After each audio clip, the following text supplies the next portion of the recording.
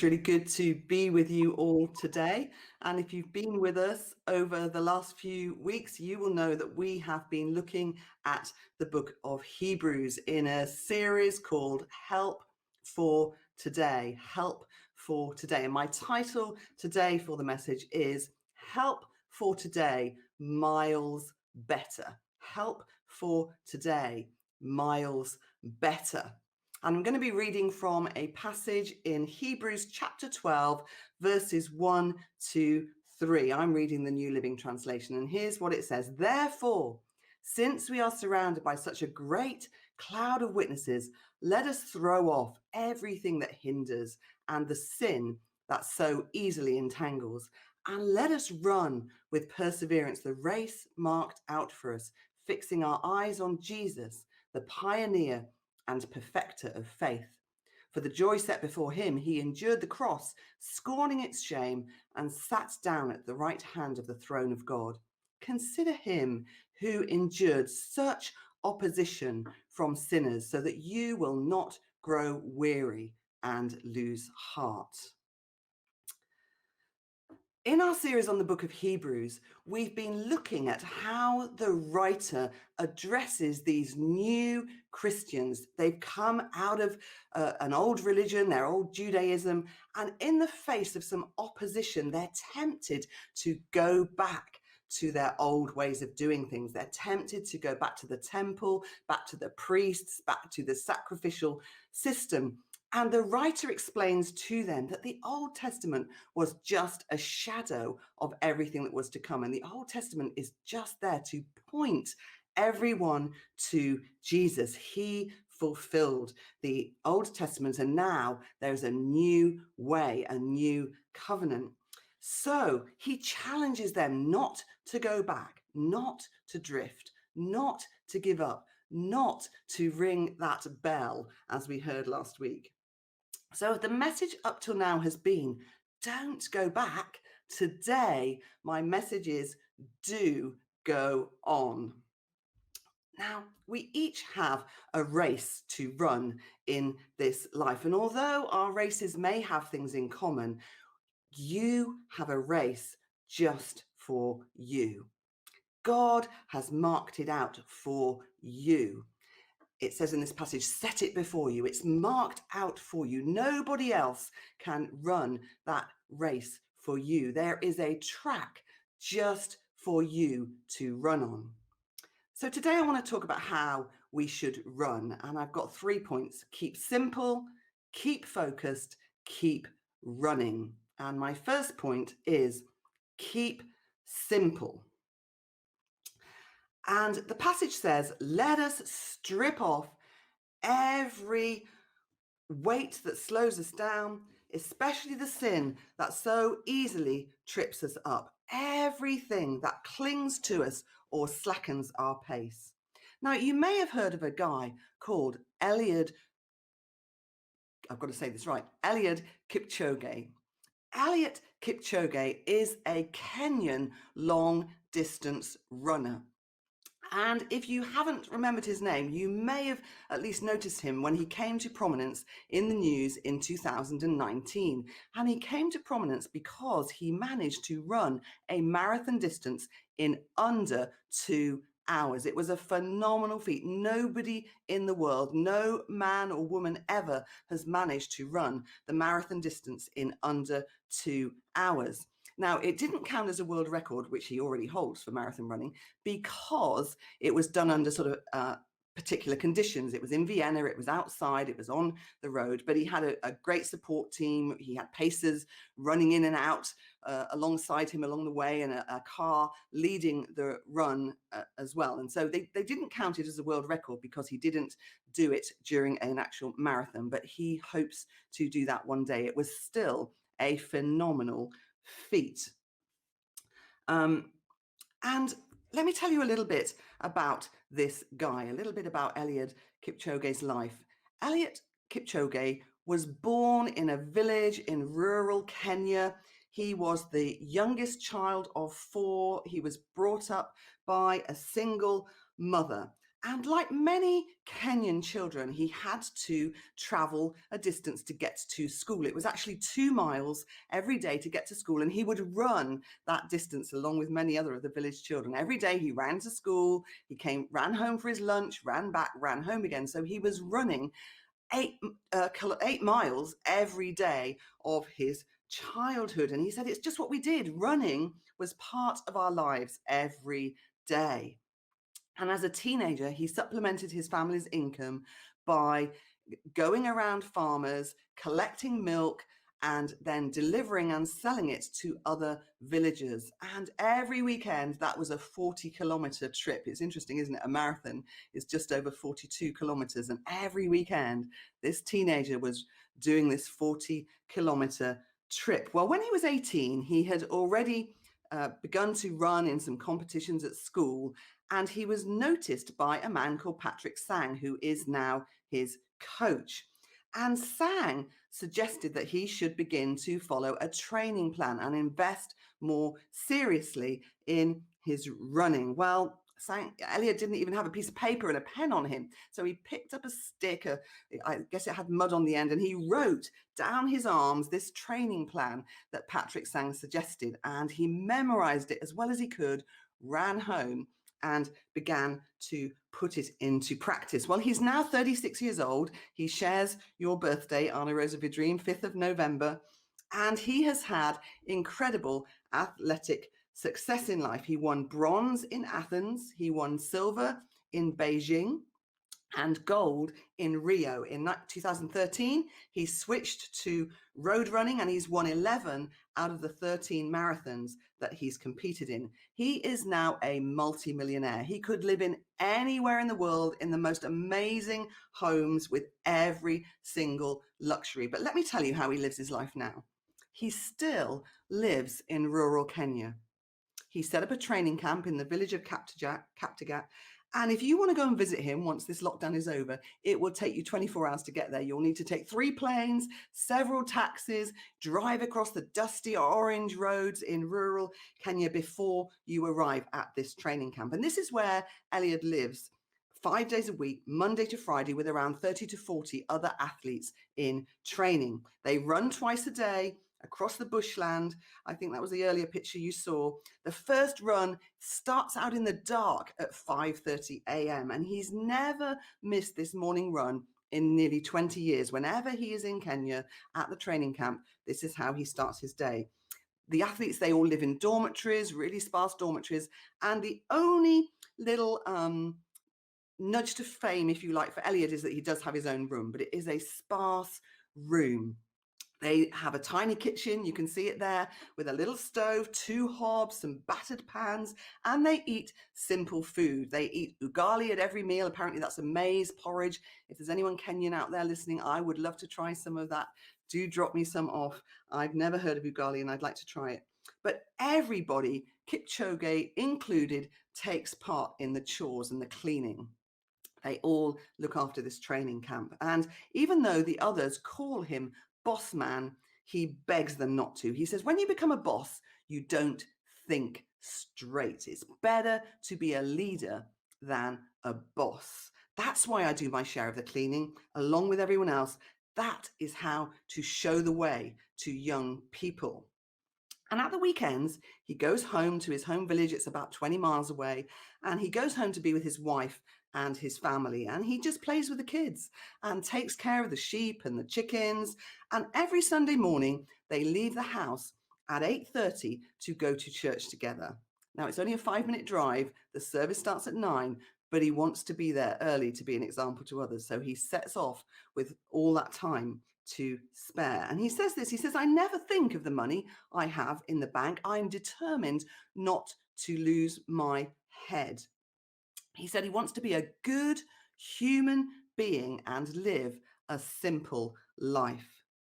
After running that marathon in that amazing under 2 hours time, he traveled straight back to Kenya, straight back to the training camp, had a cup of tea, went to bed, and got up at 5:30 a.m. for the training run with all the other athletes. He says, I don't care about being famous. I just want to be an inspiration to others. He lives a life as free from distractions as possible. That's my first point. Keep simple. Keep simple. The passage tells us, throw off every weight and sin that entangles us. Sin entangles us and it stops us from running our race. Can God forgive us when we sin? Well, of course he can. That's not the issue. But Psalm 19 tells us that willful sin will ensnare us. It slows us down. It's like trying to run the race of life with Wellington boots on through wet mud. It will slow you down. But it's not just sin that we need to be aware of. Verse 2 says, throw off every weight that slows us down. Did you know even good things can slow you down and hold you back from running the race that God has marked out for you? And those things, those weights will be different for each one of us. Something that slows you down might not slow me down, and vice versa. For example, you may have got a hobby that you really enjoy doing and it's a good thing. But if you do it too much, maybe that will slow you down, take up your weekends, take up your evenings, take up your time, and stop you from running on the course that God has for your life. It might be TV, it might be an exercise class, it might be something that's okay in one season of your life, might slow you down in another season of life. It might be an attitude, it could be self-pity, unforgiveness. I owe it to myself to have this kind of lifestyle, or it's someone else's fault that I don't run my race as well as I could. How do you know if something is okay or not? I'm not talking about sin here, I'm talking about weights. Well, ask yourself, does this slow me down? Does this slow me down?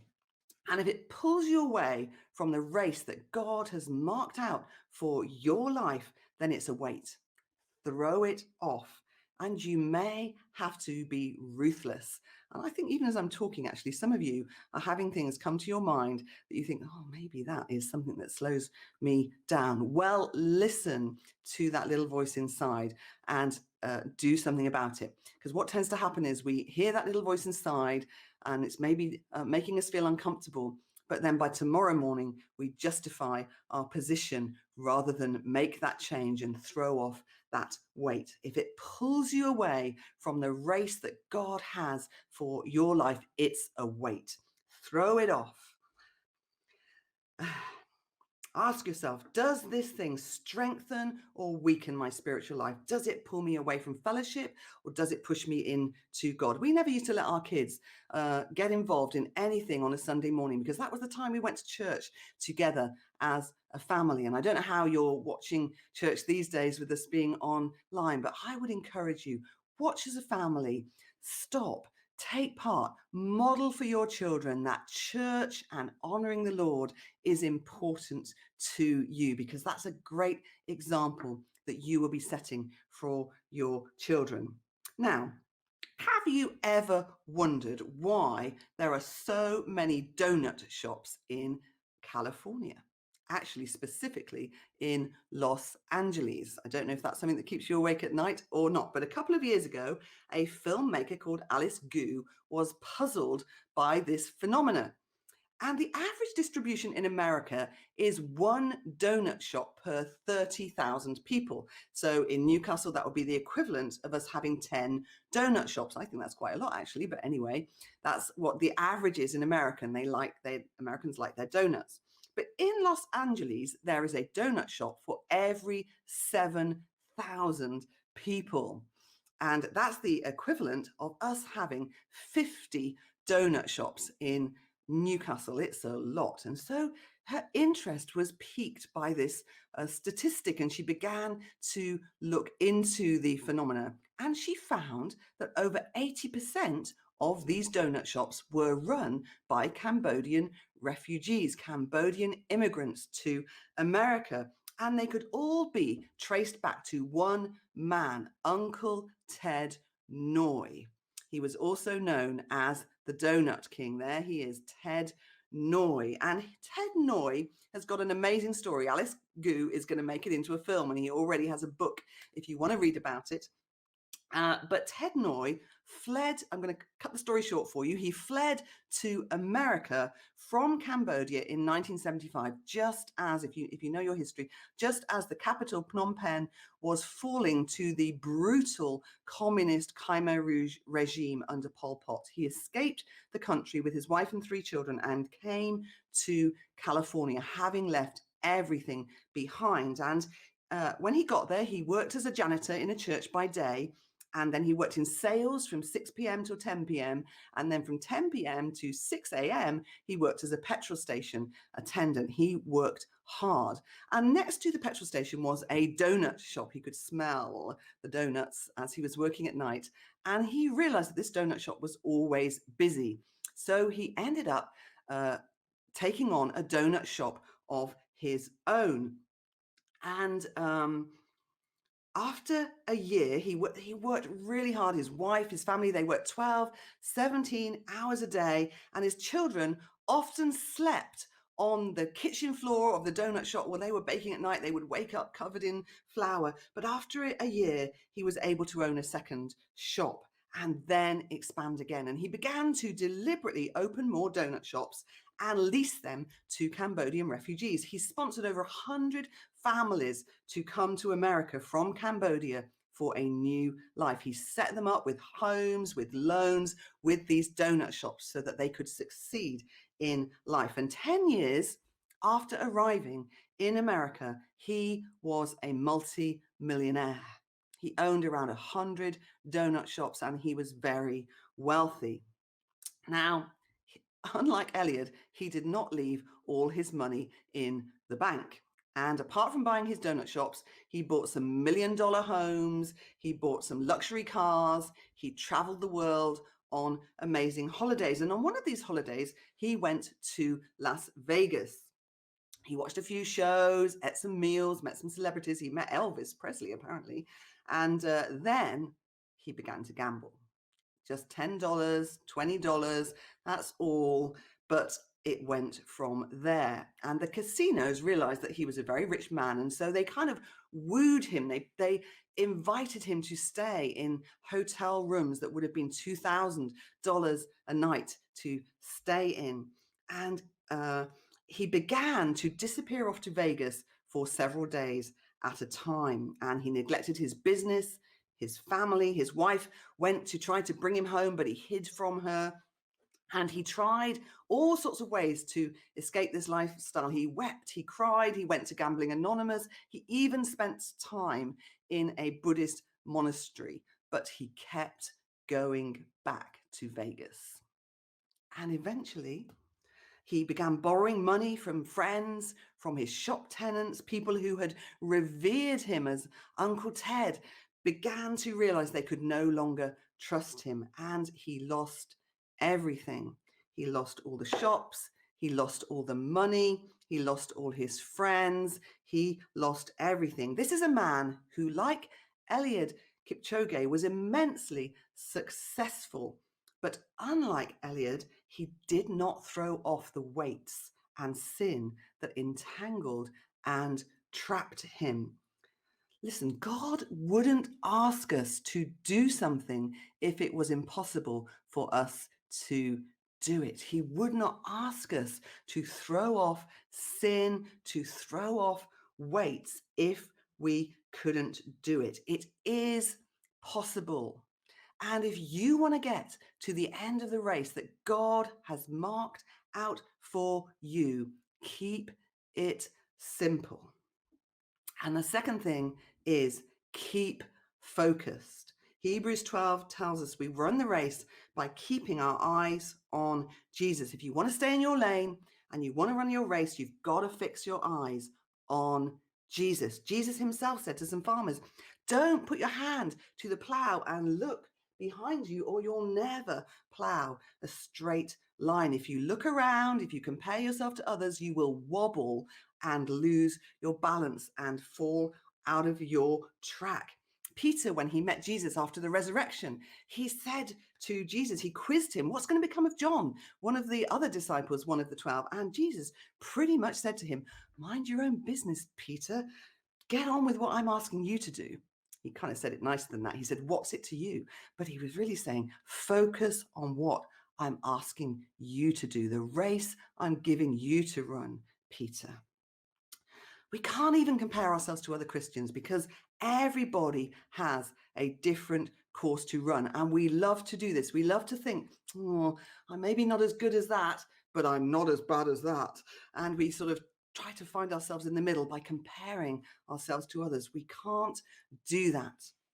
When Clive and I were early on in our marriage, Caris was a toddler, I was pregnant with Richard, and we felt called to go and be part of a new church plant in the city of Oxford. And at the time, we lived in a village on the outskirts of the city. We had a nice, roomy, 3-bedroomed house, and we were expecting our second child. There was plenty of room to grow. But the area of Oxford we went to, it wasn't expensive, but Oxford is one of the most expensive places to live in England. And so all that we could afford in this area was a little end terraced house, and it cost more than the bigger house that we were leaving. I think it was just over half the square foot of what we were leaving behind. And so we moved to this little end terraced cottage. Here it would be I guess it would be a miner's cottage, 2 up, 2 down, that kind of thing. In Oxford, it was a brewer's cottage. They don't have mines in Oxford. And we moved to this little end terrace house. You stepped off the pavement into the sitting room, no front garden, no hall. It was small. But God really blessed our ministry there. We planted 3 cell groups into the city. The one in our house had 45 people in it. We could hardly get in. We were in the living room, up the stairs, in the kitchen. Some people sat in the garden some weeks, but it was like heaven on earth came down in that cell group.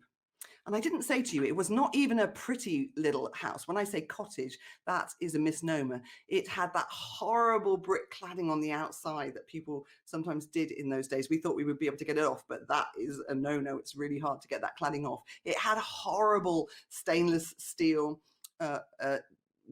double glazed windows, those horrible steel ones, and we had mice. And I looked around one day, we didn't have a single new piece of furniture in the house. It was all given to us or bought secondhand, and this was our home, and God was with us.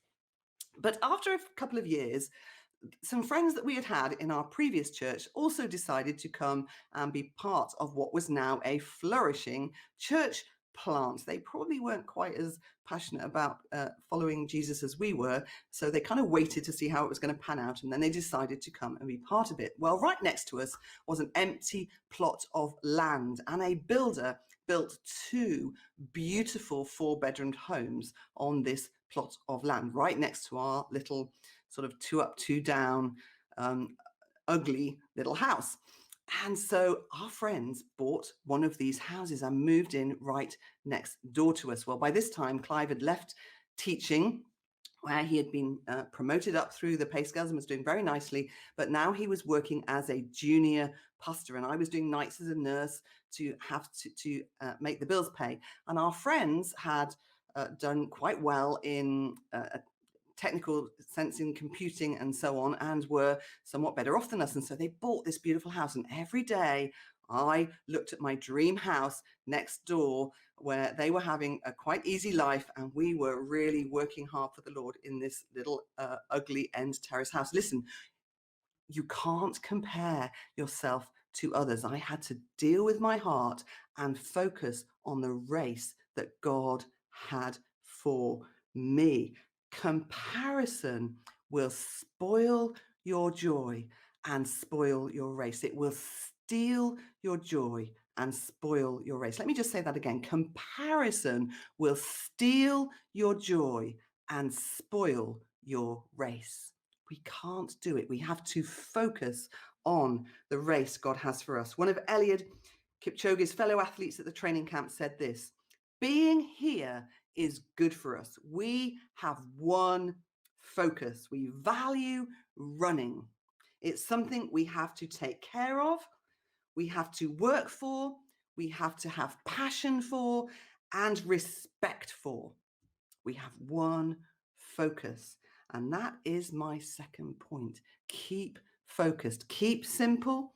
Keep focused. And finally, keep running. Keep running. The passage says, let us run with endurance the race that God has set before us. Think of all the hostility he endured from sinful people. Then you won't become weary and give up. Jesus himself, the sinless Son of God, faced difficulties and oppositions in his life on earth. He overcame it by fixing his eyes on the joy set before him. The Passion Translation says his heart was focused on the joy of knowing that you would be his. Think of his example, then you'll be able to keep running with endurance, with passion, with determination. You'll be able to run your race without growing weary or giving up. So what about Ted Noy? Well, Ted Noy lost everything. He went back to Cambodia. He built up some businesses again. He got into the political arena. Then he had several failed business deals. He fell out with a powerful political rival. He had an affair and his wife divorced him. So now he really is at rock bottom. So he went back to America with less than $100 in his pocket. He'd lost the respect of his community, he couldn't get a job, and he ended up living on the covered canvas porch, like an awning of a mobile home of an elderly Cambodian lady who took pity on him. That's what his life had come to. He was kind of living in this canvas awning with no facilities or anything. But this woman was the mother of a church pastor. And so Ted Noy began to go to church. He became a Christian. He became a follower of Jesus. And he went back to Cambodia in the end and worked his way up to becoming a millionaire again. And he said this, it was my Christian faith that finally cured my gambling addiction and got my life back on track again. Today, you can get your life back on track again. Maybe you've not even started the race that God has got for your life. Maybe you've started, but you're feeling weighed down by sin or things that hold you back. Maybe you've slowed down or even stopped on the track. Maybe you've lost your balance and wobbled off course. Maybe you've got weary and lost your vision and hope. Today, you can get right back on track and up to speed. If you're doing okay, today you can get a fresh wind to run the race that God has got marked out for your life. We can do miles better. And when you get to the end of your life, the end of your race, whenever that is, there is a prize waiting for you. Paul calls it the crown of life. Jesus will say, well done, good and faithful servant. There's a race for you today. There's a track for your life. God has marked it out for you. Run it well. Keep simple, keep focused, and keep running. Amen. Thank you for being with us today. I'm just going to pray for you very briefly. Lord, I thank you that you do have a race for each one of us, a track for us to run, a track that's just marked out for us personally. I pray today you will give us a passion to run that race well. I pray you will give us the strength, the grace, the determination to run it to the end. Lord, help us to keep it simple, to keep it focused, and to keep running in Jesus' name. Amen. If you want to talk to me some more about what I've said, or you want to ask me any questions or tell me your own stories, please do get in touch with me via email. You can get in touch at, I've got to get this right, at hello@iharvest.org.uk. I hope that's going to come on screen because then I won't have to remember it. It says hello@iharvest.org.uk. Email us on that address and I will get back to you. Thank you for being with us this morning.